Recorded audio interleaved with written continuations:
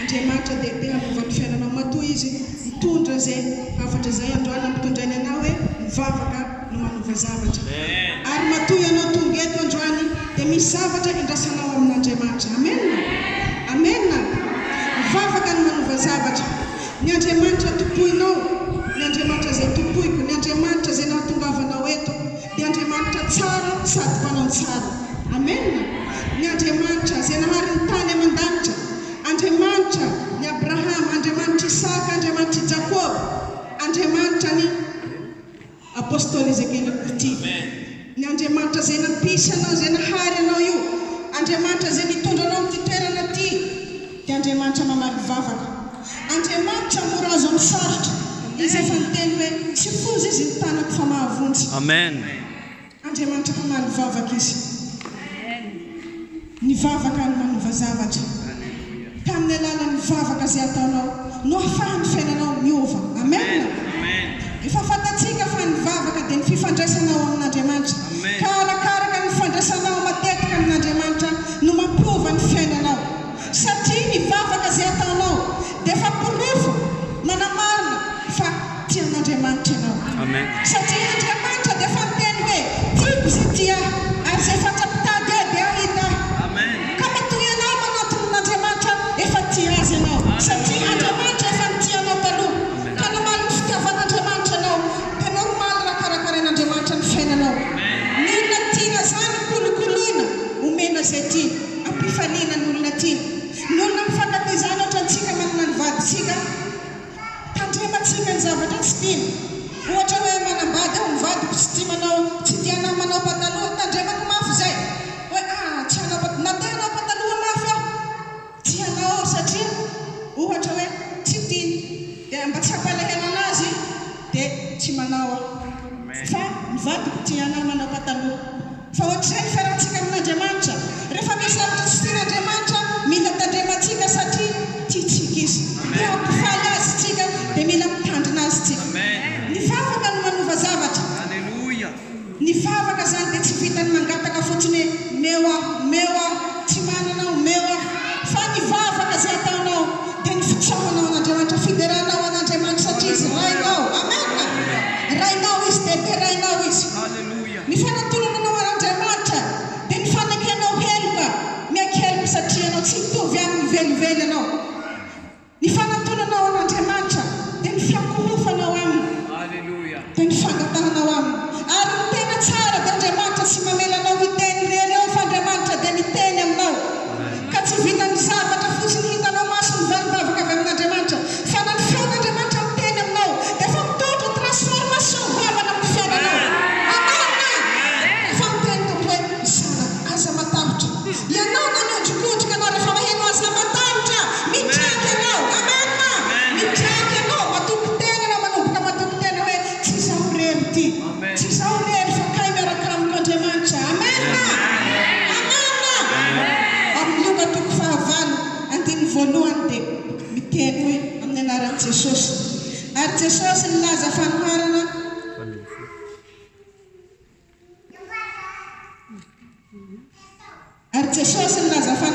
taminy fa tsy mety raha tsy mivavaka mandrakariva ka tsy renaka.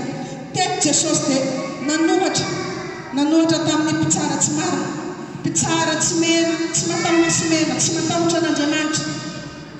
Nanohatra Jesosy hoe nisy olo mananotena nanana problema dia niangavy amin'ny mpitsara tsy marina dia isanandro izy tonga teo foana isanandro. Ary zaho mino amin'io fotoana io fa hatrany amin'ny sekretera ny mpitsara iny fa nahazo teny hoe raha tonga io vehivavy ataovy tsy eto aho. Hatrany amin'ny sekretera bavady any efa mitenena ty vehivavy ty tsy mahazo miditra ato. Fa le vehivavy tsy nanaiky, fa nihôdihôdy amin'ny arabe any le vehivavy iny,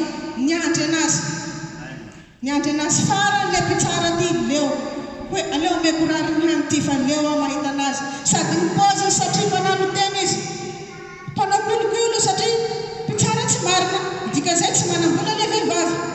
Na ny fahitanan'le vehivavy eo dia efa manimba ny imaziny le mpitsara satria ratsy le pôzin'le vehivavy. Dia io nataon'i Jesosy fanoharana hoe ahoana izy io mpitsara io nanome rarin'le vehivavy nateny. 7:7 izy dia miteny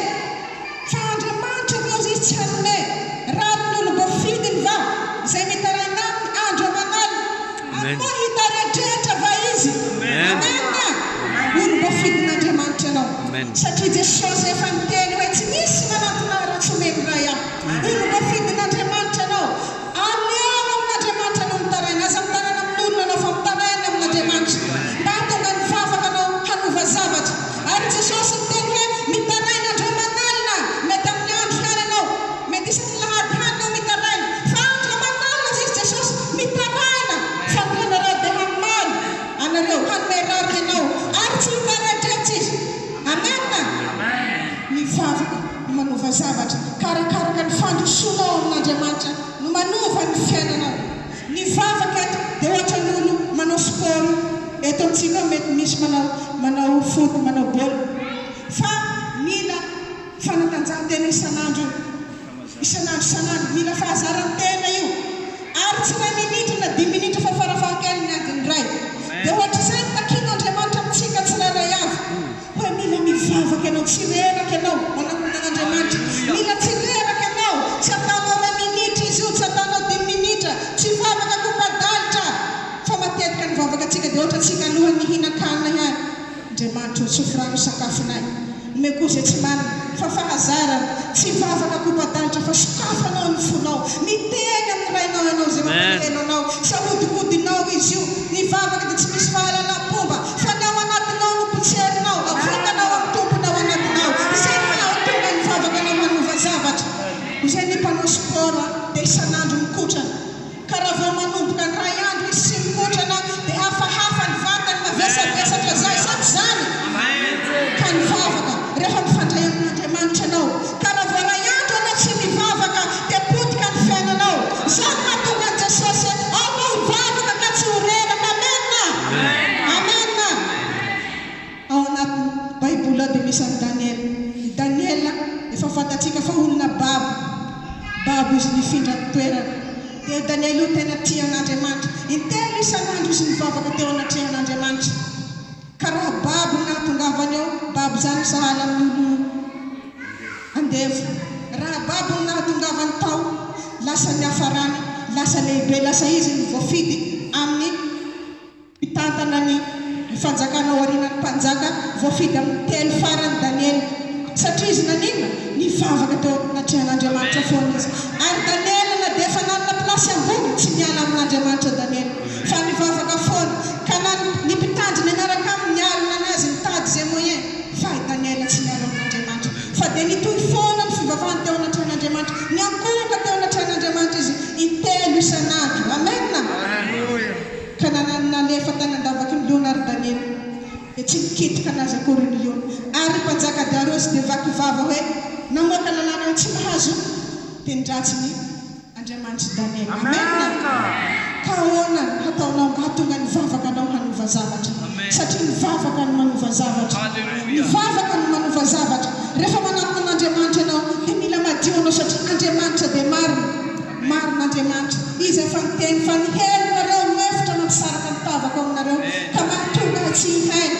Mila madio anao, mila mibebaka anao, mila madio anao anatrihan'ny rainao. Izay Andriamanitra vao miasa aminao. Mila mivavaka koa ianao manao toy tsy mahazatra. Efa miteny tera 10 minitra, apio 10 minitra. Raha indray isan'andro, ataovy 2 isan'andro. Amen. Ohatran'ny Jakoba, tantaran'i Jakoba. Fa Jakoba niady tamin'ny alina Jakoba tsy navelo izay tsy aveloko anao raha tsy tahinao aho. Moa tsika ve manao an'izany? Mila manao an'i Jakoba ianao hoe tsy aveloko anao Andriamanitra raha tsy tahinao aho. Matoritory ianao, mifoazy ianao. Ny vavaka no manova zavatra. Sady vavaka no manova zavatra. Efa tsy manomboka tsy mihinan-kanina ianao androany hariva tsy mahavidy loka. Efa fantatrao fa maray tsy hihinana. Mifoavaha ianao fa ny vavaka no manova zavatra. Tsy aveloko anao Andriamanitra. Tsy aveloko anao raha tsy tahinao aho. Satria zavanaka tsy aveloko anao Andriamanitra. Manaovana toy tsy mahazatra. Tonga atao am-piangonana ianao. Mivavaha ianao fa aza mijery fotsiny. Amen. Tonga atao am-piangonana ianao. Rehefa midera tsika mandihiza anao raha ohatra izao ianao hovain-tena mandihiza. Manaova toy tsy mahazatra ho hitan'ny rainao fa ny vavaka atao manova zavatra. Amen. Ina koa ny tokony ataontsika? Mila maharitra ianao rehefa mivavaka anao dia mila maharitra. Hozy ny tenin'Andriamanitra hoe andrasiana dia mitareidretra. Ary izay maharitra tsy hahafarany Amen. Daniela io ihany dia nisy fotoana nisy problème zanak'Israely fa nivavaka Daniela anatin'ny 1 andro.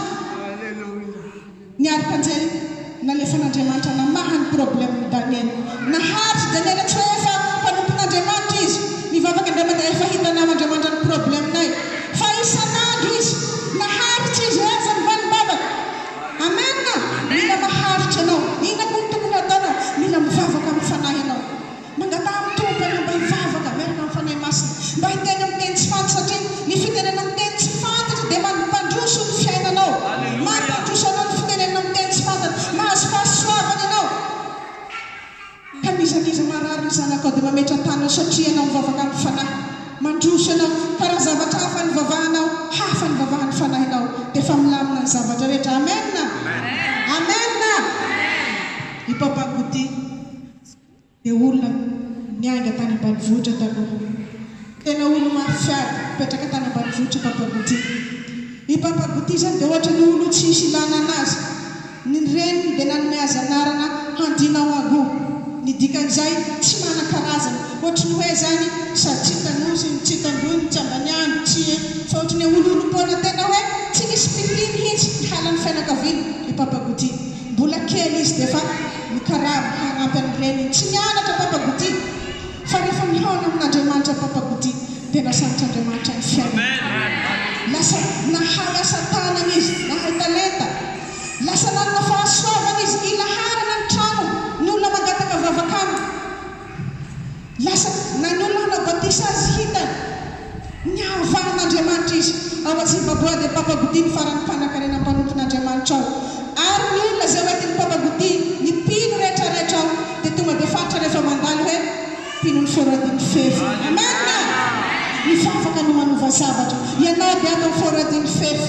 Mivavaha ianao mba hiavaka ny fiainanao satria Papa Gouty dia efa 70 taona izy nefa mbola mitsangana izy amin'izao fotoana izao. Mitsangana mbola manompo an'Andriamanitra izy ary mivavaka izay ataontsika isanandro manomboka alatsinainy hatramin'ny lahady.